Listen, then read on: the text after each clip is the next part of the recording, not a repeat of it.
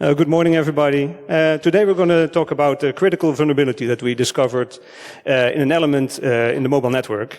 This element, when exploited, will give a remote attacker the ability to fully compromise that element and also possibly use it as a jump host to further infiltrate the network operator. After a short introduction, we're going to talk a little bit about mobile networks and how roaming works, since this device is a roaming device. We will talk about how we discovered the vulnerability by fuzzing and the tools we used and the setup that we used. After that, we will go into the nitty-gritty details of the exploiting phase, and we will tell you how we exploited this in our local telco. But we had some communication limitations because of the setup and how mobile networking works. So after that, we will talk about how we managed to overcome those and how we actually were able to remotely exploit the service from a roaming partner's point of view. After that, we will talk a bit about timelines and the takeaways. So I'm Sebastiaan Groot, ethical hacker at KPN. Like everyone in our line of work, I like breaking stuff and learning about new things. Yeah, my name is Cozijnsen. I've been working with KPN for over 27 years already, and in the red team, same as Sebastiaan, over 12 years. And within the CISO red team, we have a group of 15 ethical hackers that like to break stuff, of course. In the red team, we do red teaming services like red teaming, purple teaming, threat hunting. But we also have the role of portal authority. And within the portal authority, we pen test all products and services that we, as KPN, deliver to our customers and that we use ourselves before they go live. And as part of this process, we also tested the device that we're talking about today. So let me first tell you that this was not live in our network before we fixed all the vulnerabilities that we have discovered. A little bit about mobile networks and roaming. So this is a really simplistic diagram of how a mobile network works and how roaming works. What actually happens when, for example, Henk is abroad, he's in the sun enjoying his vacation, and he turns on his phone. The phone first looks for the strongest network that it can find and connects to that. It will then send an initial UE attached message first through the base station, and then it will reach the MME. And the MME will forward it to the diameter routing agent. This diameter routing agent will look at the first digits of the IMSI of Henk, which is stored on the SIM card. And based on that IMSI, it will decide, is it a local phone or is it a roaming number? In this case, 20469, and 204 is the country code of the Netherlands, and 69 is the mobile network operator code of the test network of KPN. So this call will be forwarded to the DEA, and to the DEA of KPN, of the home network operator in this case.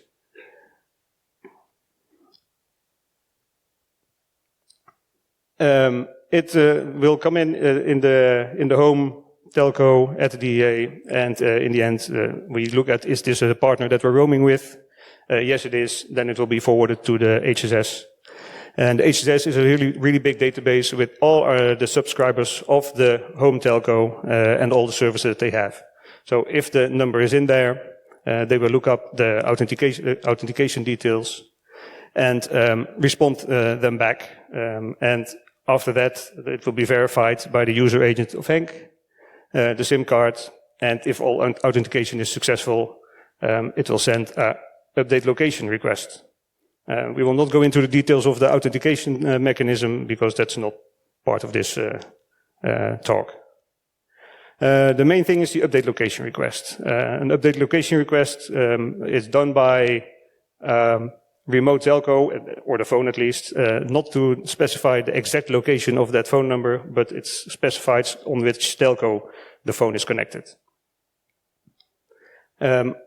After the update location request, the HSS looks up in the database again and looks up all the services that the phone number has, and it returns it to the remote telco. And this also includes call forwarding, bandwidth settings, if it's a prepaid phone or not. And it also includes the phone number, because the remote telco does not know the phone number until this step. Well, what this looks like in diameter messages. Diameter is used in this case as a transmission protocol. The base of the transmission is based on SCTP, and usually you will see TCP or UDP. In telco we use SCTP. SCTP is more stable, it has multi-homing, it has built-in failover and redundancy, and you can allow multiple streams in one connection. So in telco you will mostly see SCTP connections. They look the same as TCP. As you can see in this diameter message, it contains the update location. Fun fact is diameter is a successor of radius, the radius authentication protocol. And diameter is 2 times the radius, so they thought it was funny to call it diameter. Diameter is using AVPs, attribute value pairs to specify the messages. You can also have nested attribute value pairs, which is really annoying. In this message, you can see the destination realm. The destination realm is the place where the message needs to go to. It specifies mobile country code 204, MCC 204, which is the Netherlands, and mobile network code 069, which is the test network of KPN. It also specifies the telco where Henk is at this moment, which is in Germany. Country code of Germany is 262, and the mobile network code in this case is 99, which we made up. Also, the IMSI is in here, 20469 again, and this is used to determine where to route to. After it sends the request, it answers again with an update location answer. We get a diameter success. Yay, we know this customer. And here are all the mobile features, subscription data, and the settings for this customer, including the phone number. The phone number looks a bit garbled, but if you swap the bytes, you will see that it's 3197, so it's a number in the Netherlands. Now we will introduce steering of roaming.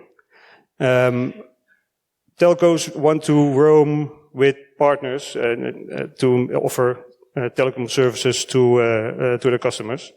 But some partners are more expensive than others, of course, or have a different quality of the network, or offer different services. So based on that, the introduction of a steering of roaming service is introduced, which will decide based on the mobile network code of the operator, do we want to roam with him or not? Or maybe 80% of the calls, the first 80% will go to that one and 20% to another. What this actually does in the picture, we have the same. Henk is sending an authentication request, and the authentication response is as normal. But after authentication, we have an update location request that not goes to the HSS, but goes to the steering of roaming service. In the steering of roaming service, it checks the database. There's a big database with all the operators that we have roaming agreements with. And it looks up, do we have favorable agreements, yes or no? So the update location comes in. In this case, yes, we have favorable agreements. So let's Henk roam in this case.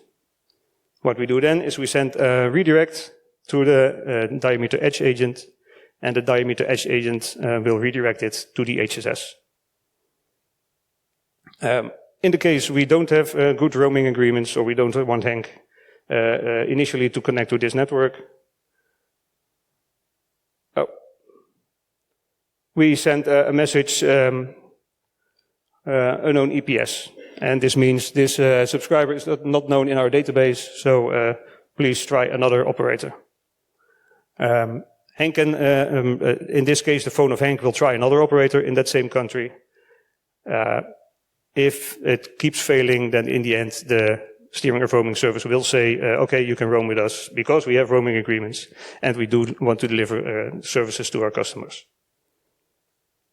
So you can also, if you do a manual selection in your phone, for example, I want to roam with T-Mobile, maybe the first time it's rejected, the second time, but then in the end it will connect.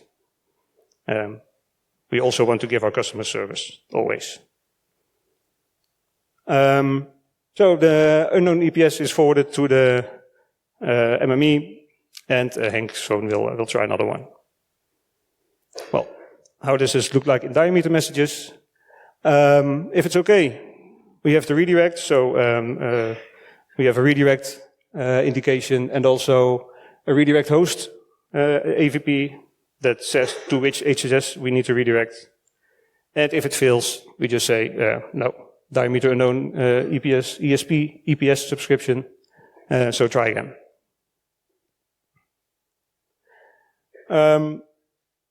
To find a vulnerability in this service, we used a product that is called Black Duck Defensix, and it was previously called Synopsys Defensix, and before that, Codenomicon Defensix.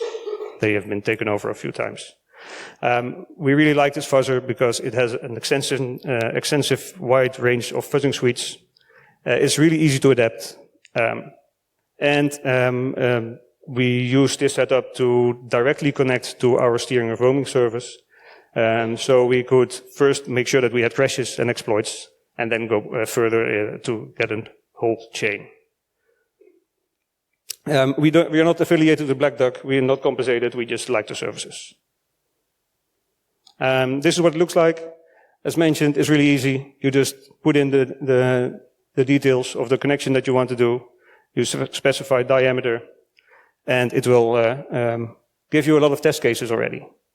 So initially, with the first setup, we will get 300,000 test cases, and you can increase that by adding more AVPs. And this is the default setting. You can also go way further until the millions of test cases. We run the fuzzing suite, and this is what it looks like after a few iterations. So what it actually does is it tests the service, it sends a malicious packet, and it tests the service again. If the service has crashed, then it will mark it as failed. Then it will try again, testing, is the service up, until the service is up again. And in this case, you can see that we tested this 6 times, this same test case, after the same test case, and it took 16 seconds before the service came up again, which indicates for us a crash of the process. It looks like now that there are a lot of crashes, but you need to think about that if we send a malicious payload, for example, a buffer overflow, we will start with 500 bytes, then 1,000, then 1,500. And if it crashes at 600 bytes, we already have 2 extra crashes. So it's most of the same. Sebastiaan. Yes. Okay, so we are testing the service, so we also have access to the box itself. So tools like strace to sort of monitor what the process that we're testing is actually doing is really helpful in diagnosing the crashes.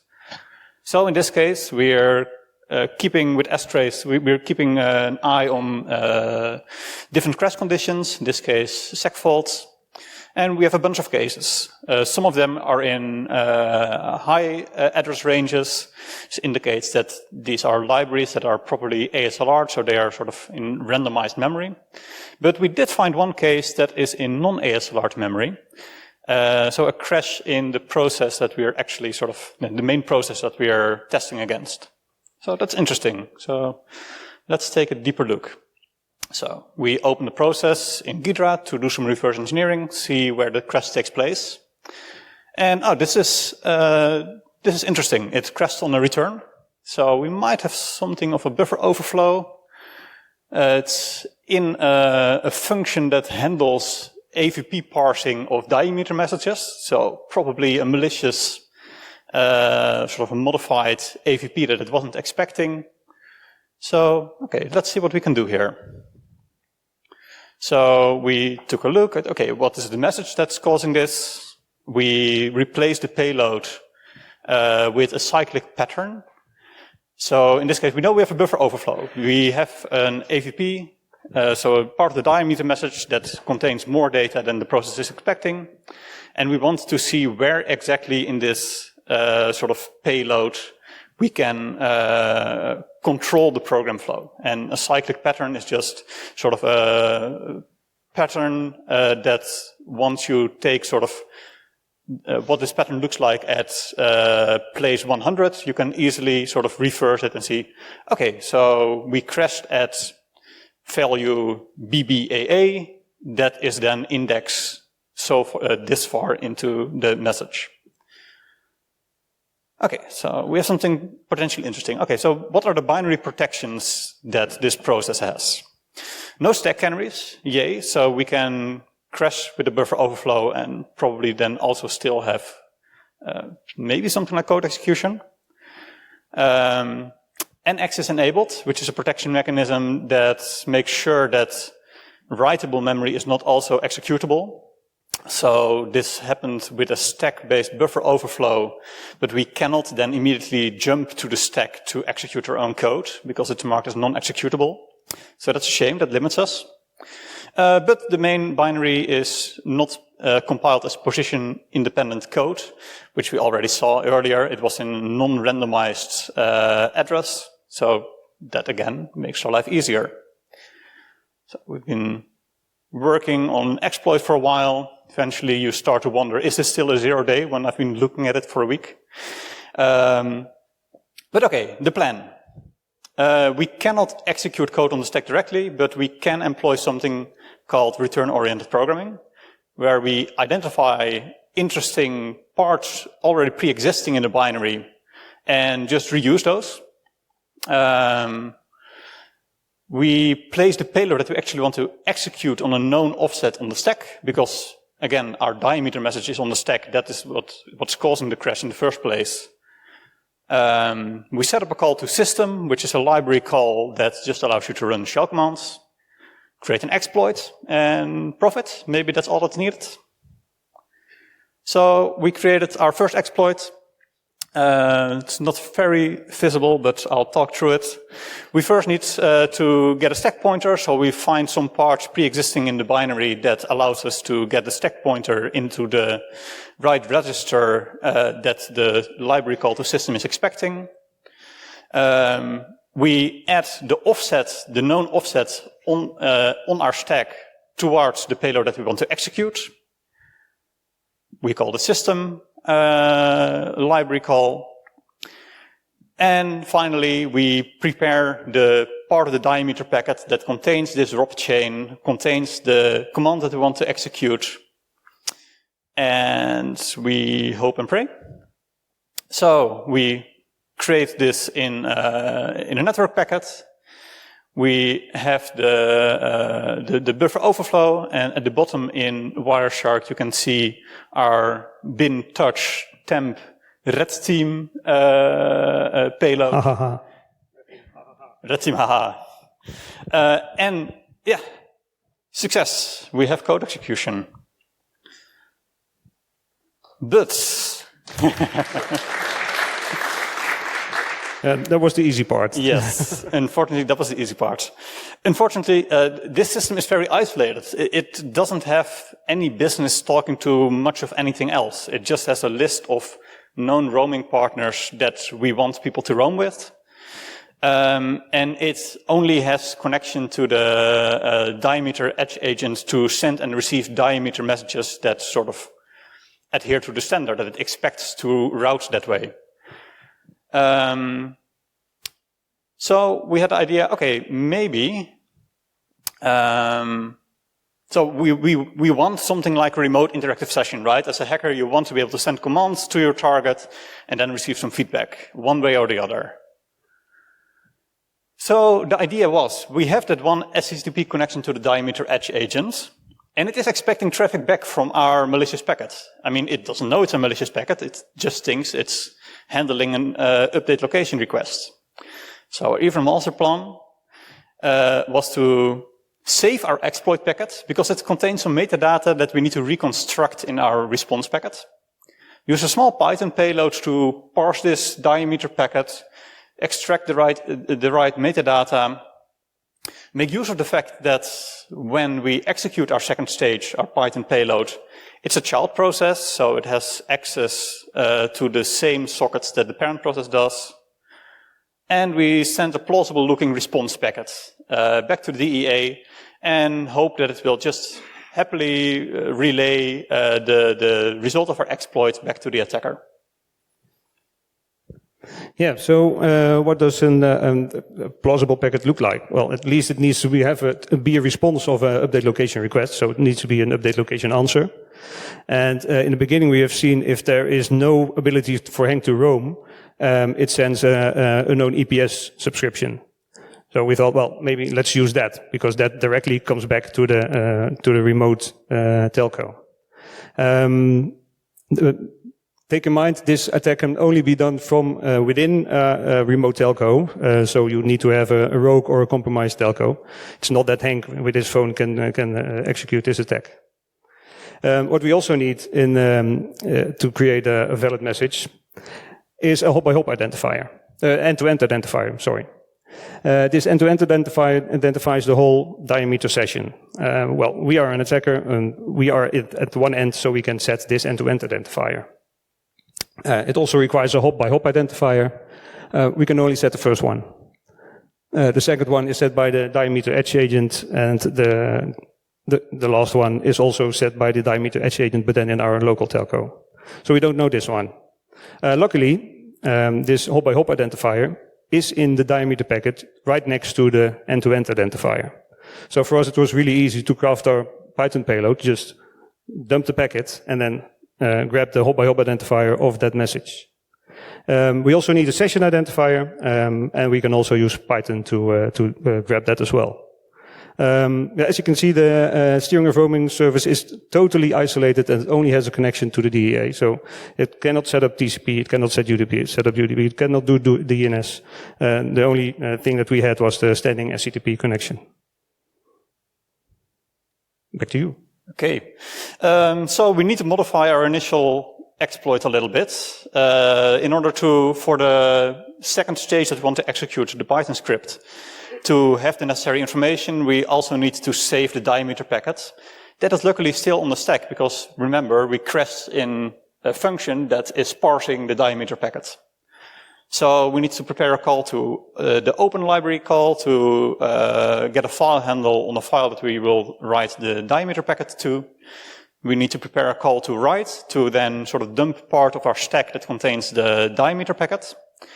And finally, again, as we did first time, prepare a call to system, but this time with a much larger payload containing our entire Python script and executing it. So first, the call to open. We first, again, need a stack pointer. We find some gadgets to put it in the RDI register, which is going to be the first argument for open. We then prepare the RDI and RDX registers for our second and third arguments to the open call to contain some permission and mode bits that the open library call expects.